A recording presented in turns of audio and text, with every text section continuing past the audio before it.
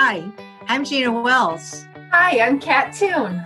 And this is the Success Principles Podcast. Michigan is known as the birthplace of Motown, headquarters to the auto industry, and home of the beautiful Great Lakes. The Success Principles Podcast features professionals and entrepreneurs with ties to this great state who have demonstrated innovation and success both within and outside of our Mittens border. Hi, thank you for joining us today on the Success Principles Podcast. And to say that we are excited would be a bit of an understatement. I'm truly thrilled and honored to be talking to our guests today. Madeline Triffon is known as Detroit's First Lady of Wine, and she made history when she became the first American woman, the second woman in the world, and the 9th American to earn the coveted Master Sommelier title. Yay! Yay! And thank you for knowing that, and thank you for bringing attention to it. I'm thrilled to be with you. Well, I also know that you earned that title by taking the test on the first try. I know that. It was the first year they had it in the United States, and the fact that I passed it still shocks me to this day. So. Well, you're also currently the director of wine events at Plum Market's 5 stores across Oakland County, 2 in Oakland County, 2 in Ann Arbor, 1 in Chicago. And you have graciously joined us to talk a bit about your career and share with us what your success principles are. Thank you. Are you kidding? I'm thrilled. I think that what you are doing here is just wonderful, especially with the spotlight on Michigan, because Michigan has been very, very good to me. And I call it the pulse of America. I didn't stay here because I lacked imagination. I love it here. Oh, glad to know that. Where did you grow up in Michigan? I didn't. I was born, I'm originally a New Englander, though I absolutely have no New England accent because I was in New London, born to first generation Greek Americans in Connecticut. And when my parents were amicably divorced, my mother moved to Greece, to Athens. And I spent 15 years there. She married a Greek naval officer. And the reason I don't have a Greek accent is because I went to American schools. So I speak fluent street Greek. If you need a buddy to take you around Santorini or Athens, I'm your girl. Yay. But I don't speak educated Greek. And then I returned to the U.S. when I was 18 to go to U of M Ann Arbor. And I specifically had applied to that school because I had never lived with my natural father. I had visited with him, over the years, but he was living there at the time, and I thought it would be great to be near him. So here I am. I just stayed in this area. Great. Now, where did you, when you came to Michigan, then after Athens, tell us a little bit about how you got started in Michigan. Sure. I went to U of M Ann Arbor, and I really wanted to take some time off. I'd happily gone to tough schools in Europe, but my parents were horrified at the idea of my taking time off. So I made a deal with them. I worked my way through school, so paying my own tuition, which was doable at the time, right? I worked in restaurants, so that's where I got into the service industry. So I could pay my own tuition, and that way I could take whatever courses I wanted to take. And I studied theater because I really enjoyed it, but I was going to go to law school or medical school, and I just happenstance applied to the Renaissance Center when it was being built. And they weren't even taking official applications at the time. I'll never forget this. The stars were aligned, I guess, at least for my professional life. And the F&B director saw that I had a good French accent. He gave me a French menu to read, and I sounded good. And he said, do you want to be a sommelier? I was 21 years old, and I said, sure, what's that? And, when you're 21, you are fearless, and you just say, why not? And you jump. So there I was. My training was being directed to the basement of the then Hudson's, right, to buy Hugh Johnson's World Atlas of Wine, which just made me more terrified because I had no frame of reference. And I found myself in a dining room with professional wait staff in tuxedos. And we're talking top, for the most part, African-American, Mexican, and and Arabic waiters who were doing me a favor to let me near their tables until they figured out I was putting wine on their check, which was a good thing. So the bar was very high in terms of learning from great on-premise pros. I mean this with terrific love. And that's after a couple years, they gave me the responsibility for ordering the wines for this 1,400 room hotel. And this was my training. Here's the list of distributors and the phone contacts. Don't run over that much inventory. This is how you figure a cost of goods. Good luck. Really, in those days, there were no corporate wine programs. So when I say this quite sincerely, the job taught me, the customers taught me, wine taught me, those were my mentors. And at that age, I was lucky enough not to be self-conscious. I hated the idea that I was called a sommelier, and I didn't feel that I deserved, that title or credentials. So I was fierce in trying to learn everything I can. And remember, in those days, this is pre-internet. We were thrilled with fax machines, But basically, and also I'm not in California or New York, so it isn't like we have, wine personalities tromping through with any regularity. But I am a walking, talking, breathing example that if you don't say no to a challenge, if I can do it, anybody can do it. And I mean that with no false modesty. I honestly don't think talent had a lot to do with it, but I am fierce in commitment. I will say that. I'm sure your talent has a lot to do with it, Madeline. You're underestimating yourself, I'm sure. I have energy and I have focus and I can still smell and taste. And you know what I love more than anything? And I got addicted to this actually from theater, because you're on a team. You really learn that when you're in performance art, that this is not a solo, group. It's a group sport. And when you're working on premise in restaurants, it's very much a group sport. Probably the most important people are the dishwashers and the server assistants, yeah, right. And I love that. I learned teamwork, and I loved the danger of a dining room. You plan your brains out, and then you have to reprioritize in the middle of a busy night. And my focus was making wine easy for people. And I never felt I was a salesperson, because I would always undersell so that, they could relax and think, well, this is doable, and you know what happens? We'll have a second bottle. And I never talked about wine I didn't love personally. So for me, it's really been a love affair with the consumer, with the guest, and also with the staff. So not having that, having picked it up on the job. Yes. What made you want to stick with it? And at what point did you say, hey, this could really be a career for me. I could really take this pretty far. My late father, the Yaley, was waiting for me to go to law school or medical school. And I was just, doing the best I can in this challenge that just plopped itself in front of me.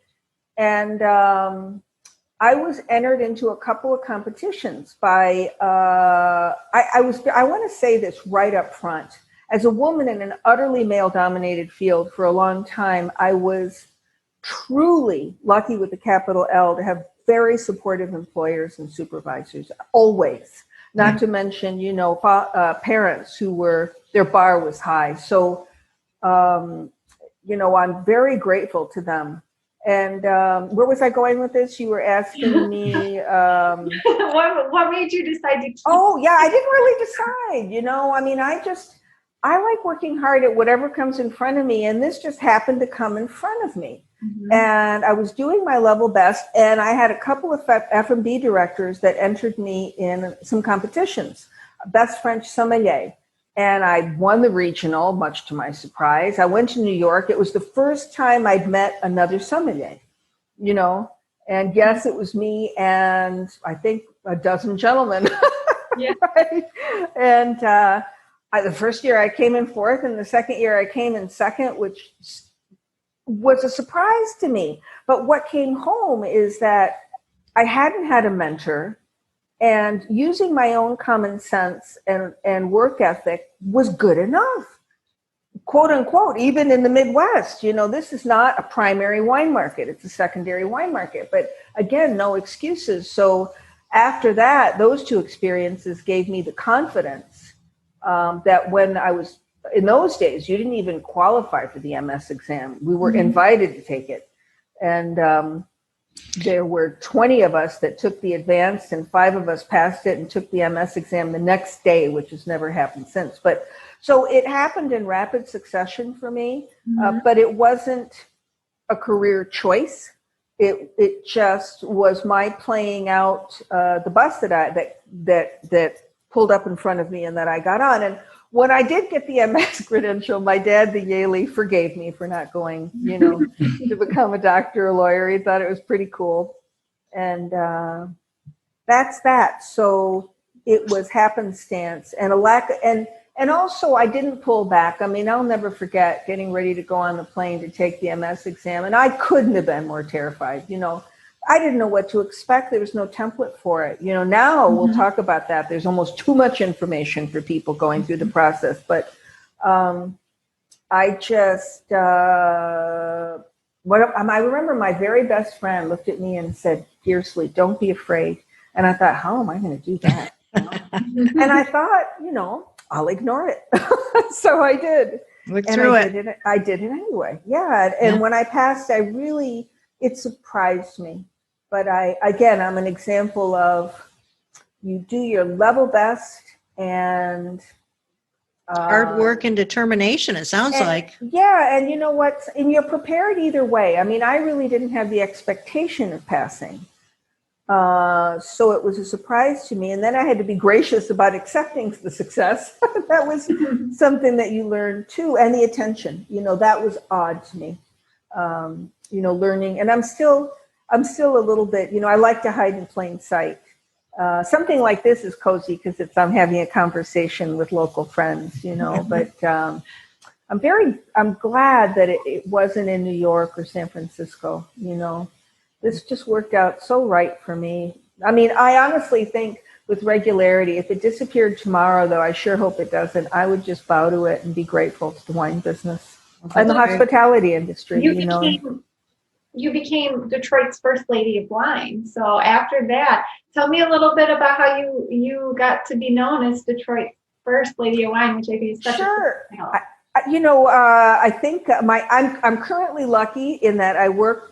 This is the first retail operation I've worked for because I spent decades in the restaurant business. We won't talk how many years because I'm still 18 in my heart. I truly, really am. Sometimes my feet don't feel that way, but I don't work the floor anymore. I'm lucky enough to work for Plum Market and the Jonah brothers, Mark and Matt. And I think it was Mark that came up with that. And it's very touching. I mean, I think I've been around Detroit long enough and been a sommelier in Detroit long enough that I'm comfy with it, that nickname, But I worked, after the Rensen, I worked at the original London Chop House, and I incubated at the Rensen for 7 years, and then I went to the original London Chop House post Lester Gruber, who was the original owner, who liked me, let me come to wine tastings, but didn't want to pay a sommelier. And I remember telling Mr. Gruber, I have to at least make a living like your waiters do, So I went to work for Max and Lainey Pincus, and I spent 5 years on the floor there. And that's when I went through those 2 competitions and passed the MS exam, So that was an extraordinary time for me. And what I learned there, the bar was very high. The spirit of Lester Gruber, though he had passed away by then, he didn't do it unless it was the best. And that was like not just silverware, but a baked potato. We did it right or we didn't do it.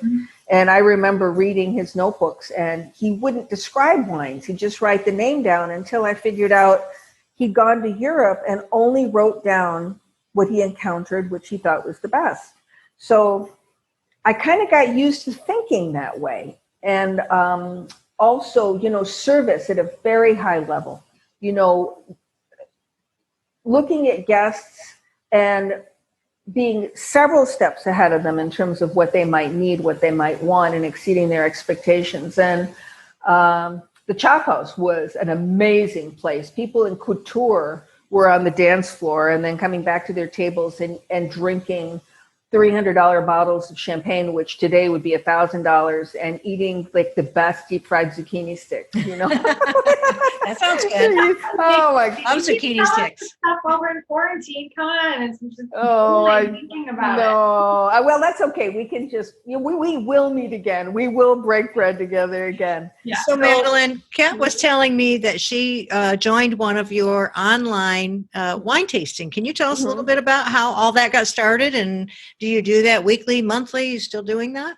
I do it once a week, and they are complimentary events. By that I mean, there's you don't have to buy a ticket.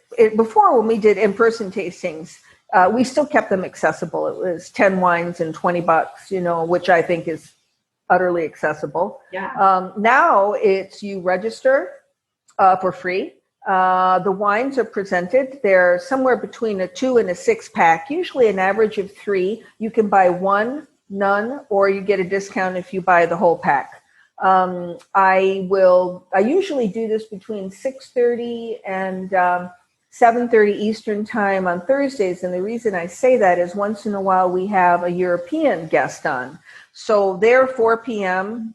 in Florence, our 4 p.m. here is their 10 p.m. in Florence. And I usually can't get them to stay up in the middle of the night, So if you go to the Plum Market website, there is on the top banner a very clear link that says virtual events, and you can, navigate that. But some things that are upcoming tomorrow, which is October 6th. I know this won't air in time, is what do we do? Oh, yes, we're doing aged affordable wines. That'll be fun because everybody thinks mature wine is expensive. And then next week, we have a superstar guest, the owner of an Alsace producer, Triffon. And then the following week, we're doing natural wine, what it's all about. And I totally am convinced that the median age of everyone who's on is going to be between 21 and 32 because natural wine, is we gotta bring that median age up a little bit. Yeah, So, basically once a week, I'm currently playing with the themes for November and December. We'll definitely have a champagne tasting in there and a Cabernet tasting, but I try to be kind of loose about planning it and it's worked out really well so far. Kat, I think you attended one and you enjoyed it with loved it. The Williams father and son from Frog Fleet. So I like doing these a lot because there's an intimacy to them, and it surprised me. Also, I got to be honest with you, and this is a little selfish. There's something so cool about the effort that goes into it. You plan your brains out just like you would for a dining room. You put together little PowerPoint slides to make it come alive. You way over prepare in terms of reading a winery's background or, what makes a wine, what it is. And then you use a small percentage of that info. And you surf the wave with whoever's co-hosting with you or, the people who are attending. And I find that whole process really thrilling. I find it fun. And, people who I aspire, who actually inspire me are top newscasters and interview folk like Diane Sawyer. She makes it look really easy, It's not really easy. Or George Stephanopoulos, who's got 10 minutes to tell you everything about everything. So it's been a lot of fun. And I also find both trade people get on, like people in the wine business and consumers. So that's the other thing too, making it accessible to everyone. Well, Madeline, sorry, Jean, I just have to say that you made it look very easy. You had such a natural rapport with the one that I attended with Thank you. The winemakers. You were as much a part of that as your guests were because it was just such an easy, natural, fun, intimate, like you said, event. I loved it. The wine helped, but it always does. It would have been fun. So the better the wine is, the more it helps, and it doesn't have to be more expensive. But thank you. You couldn't pay me a sweeter compliment. I really appreciate it. Consumers are really. I love consumers and guests more than I love wine. If wine disappeared tomorrow, I would find another way to serve because that's what I got used to doing. And the other thing that really drives me, especially when you're at a certain point in your profession, is how to give back. So I make it a mission in life to show up to people's, tasting groups and encourage young people who are going for certifications or for looking for some direction. And sometimes just seeing someone who's been there, done that, helps them. And that surprised me. And then I thought, well, that's easy.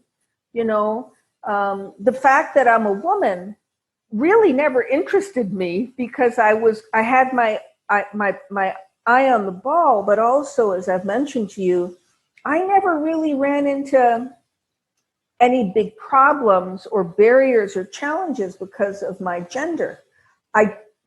That's simply my story. I know that's not true for many other women.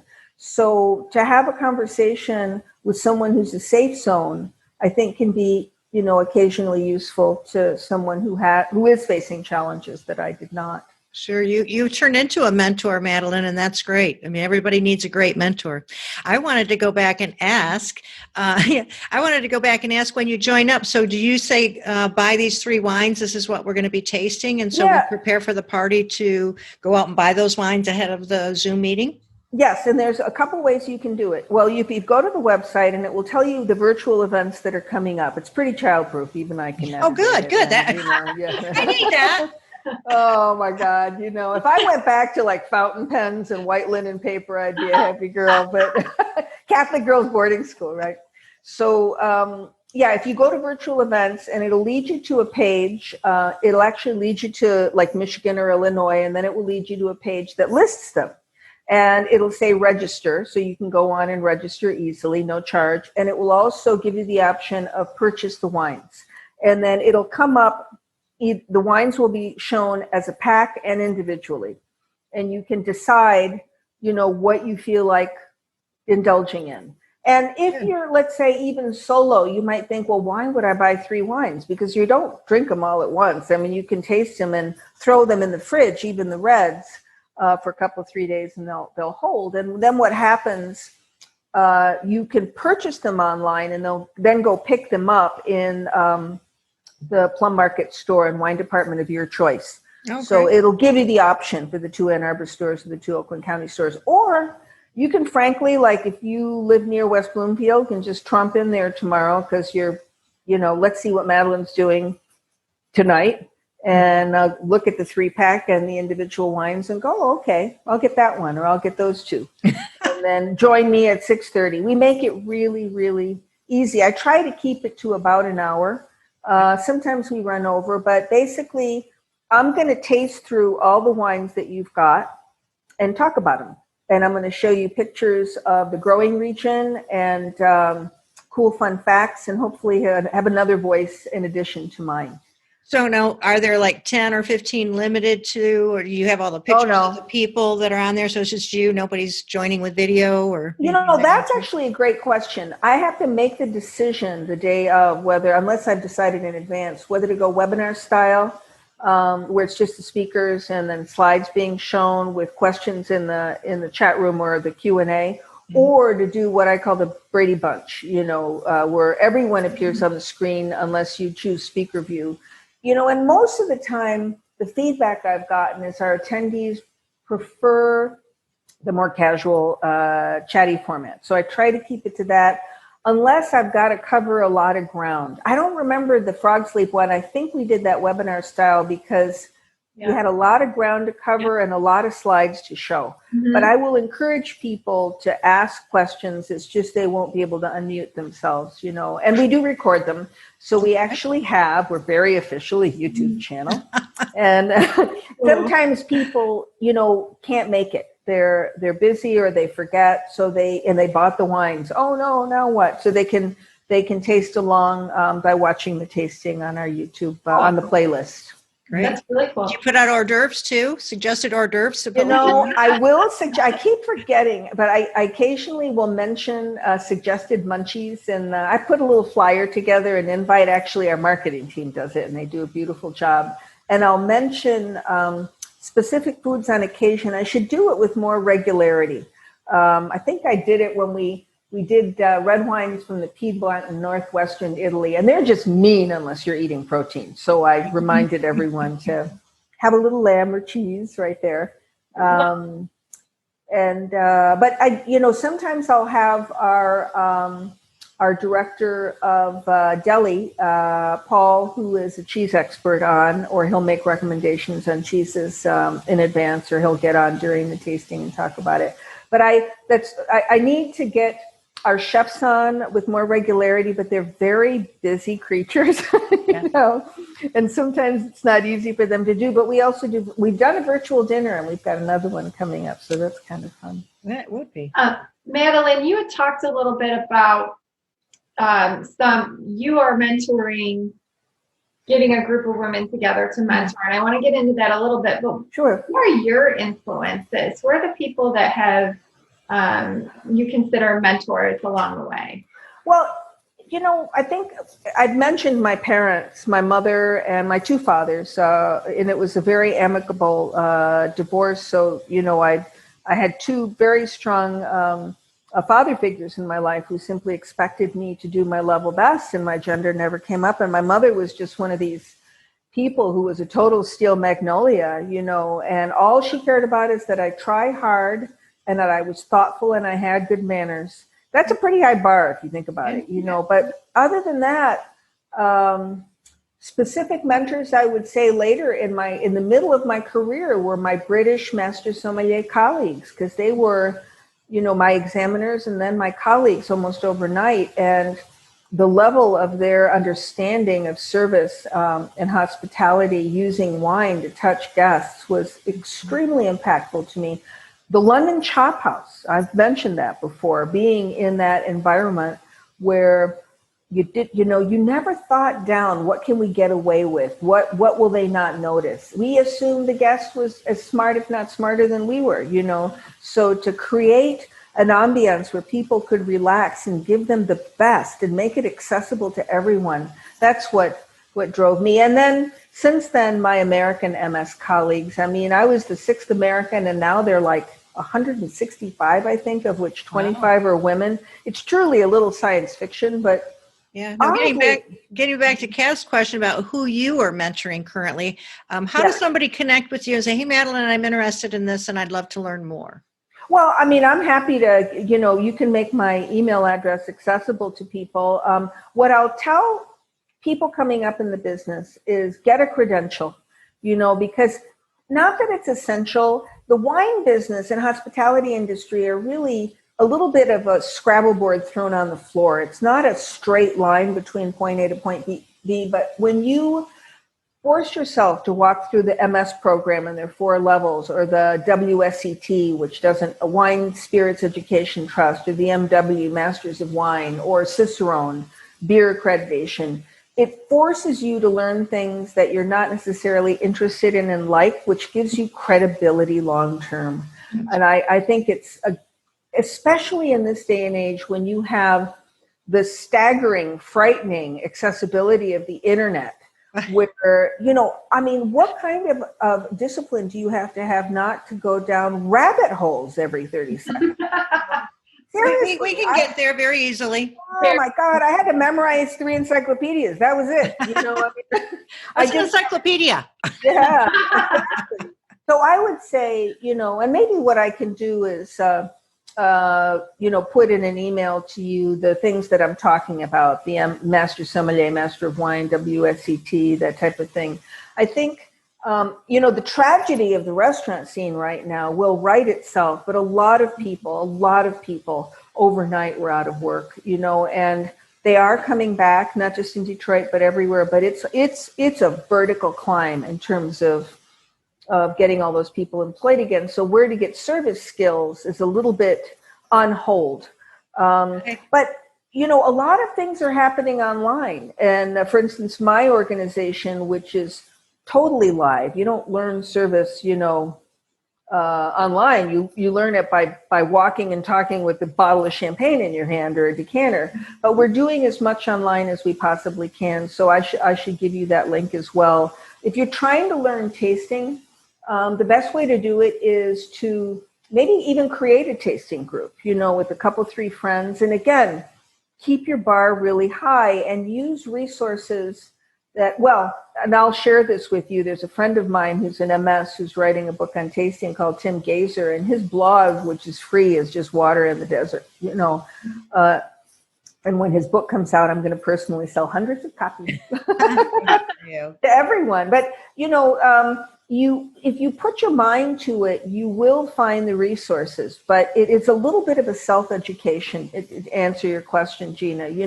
It's not like going to take, sort of a course in becoming a certified public accountant or something like that. There are credentials that aren't essential, but you can opt into. You can jump in the deep end of the pool in distribution or retail or, different aspects of the wine business and maybe earn a great living by luck or by force of your talent. But I think getting a credential is really useful. Very good. Excellent. Kat, is there anything else before we end our 30 minutes with Madeline? Yes. What do you see on the horizon here? I know these are some strange times. What do you think for the wine industry, for the service industry in general? Well, the wine industry, there are different aspects of the wine industry. Retail is very healthy right now because people are drinking wine at home with a vengeance. Restaurants, which is where you would do a lot of your experimenting in restaurants. And when you start going back carefully, great restaurants have great wine by the glass programs. That's not going to go away. And I know some restaurants in Metro Detroit have reopened, like Selden Standard. Pernod is a new guy on the block that's doing very well. But what do I foresee in my crystal ball? The natural wine movement is very important to young people in the business.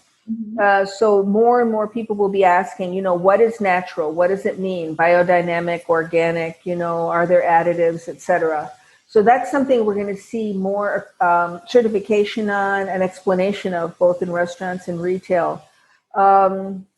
Consumers are going to be very lucky in that the level of wine is going to be really high because it's going to be the survival of the fittest. The wine producers, when you consider there were tariffs that were put on European producers, so it really shackled a lot of the smaller European importers that are working with it and recovering from it. The fires that are going on in California right now, there are some wineries that are not going to make it through these really tough times. But going forward on a positive note, as always, what doesn't get us down makes us better and tougher. And I think the biggest challenge we've got is to keep a smile on our face and keep lighthearted. And another thing that's really happening, people are now, they're not going to take connecting for granted. I find that on the virtual tastings, people are so happy to see each other. They don't care that there's a 30-year difference or that they have, differing opinions about everything. They're just happy to clink glasses and wish each other well. I think when we finally get around at doing events in person, it will be just, thrilling. But the wine business continues. I'm not tasting as much as I'd like to, but I make an effort as much as I can. The world is our cherry.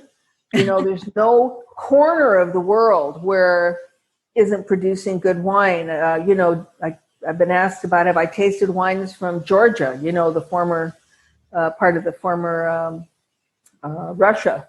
And I said, no, but send it to me. I will, And I love doing tastings on the best wines you've never tasted, like from Portuguese reds, Greek reds. You're talking to a Greek, Greek wines in general. We've got some great things that we're going to add here. Your website, your email. Thank you so much. It has been such a pleasure. I'm so happy that you did this for us, and we can't wait to get it out there. Thank you so much. Thank you so much for listening to our show. We know your time is valuable, and we appreciate that you have taken the time to stop by for a bit. For more information about the topics we discussed today, there are links in the show notes for your reference.